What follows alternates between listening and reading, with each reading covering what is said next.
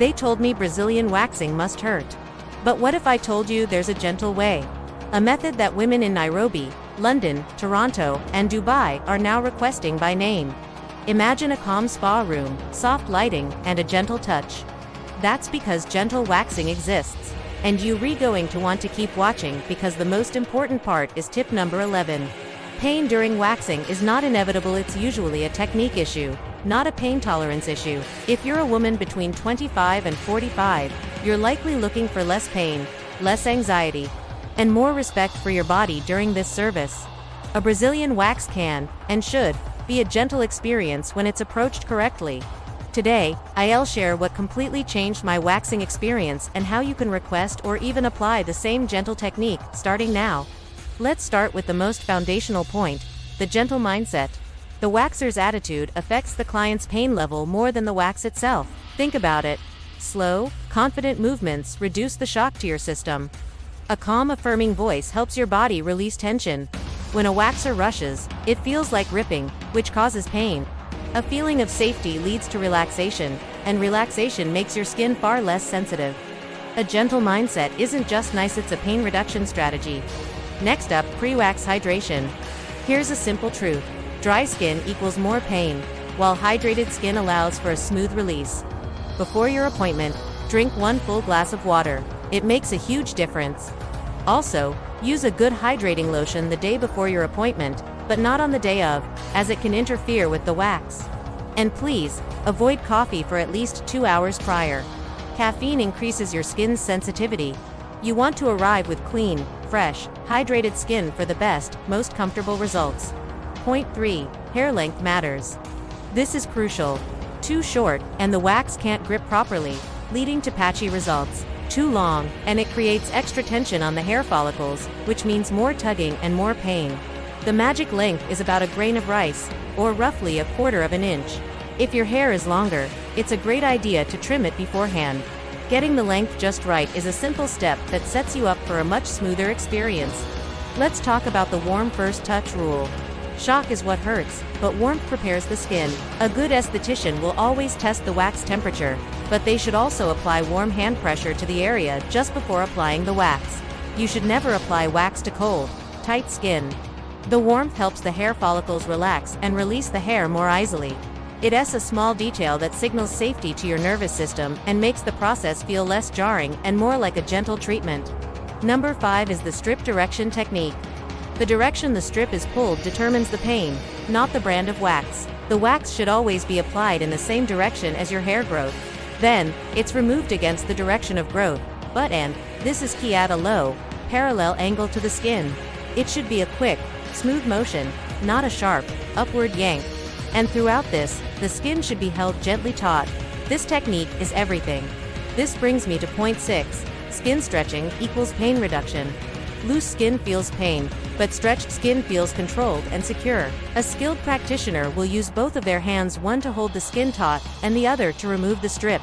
Sometimes, they might even ask you to help hold your skin in certain areas.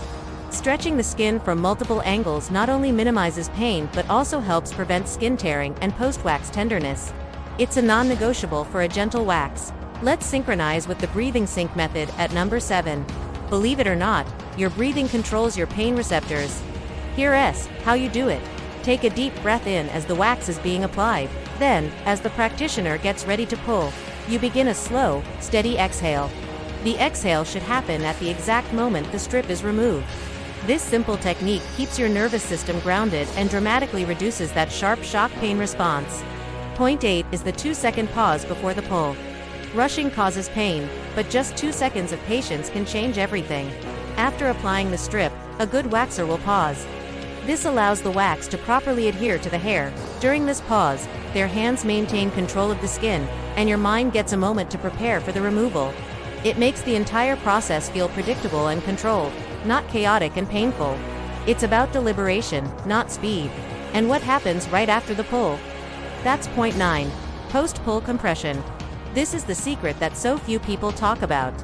Immediately after the strip is removed, the practitioner should apply gentle but firm pressure with their palm to the area. This simple action instantly calms the nerve endings and signals to your skin that everything is okay. It significantly reduces that stinging sensation and is one of the biggest ways a waxer can build trust and keep you calm.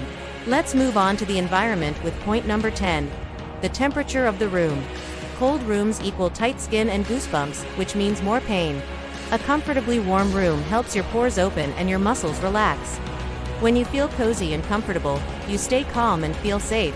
Less tension in your body translates directly to a gentler experience on the table. So if you walk in and you're shivering, don't be afraid to ask for the temperature to be adjusted.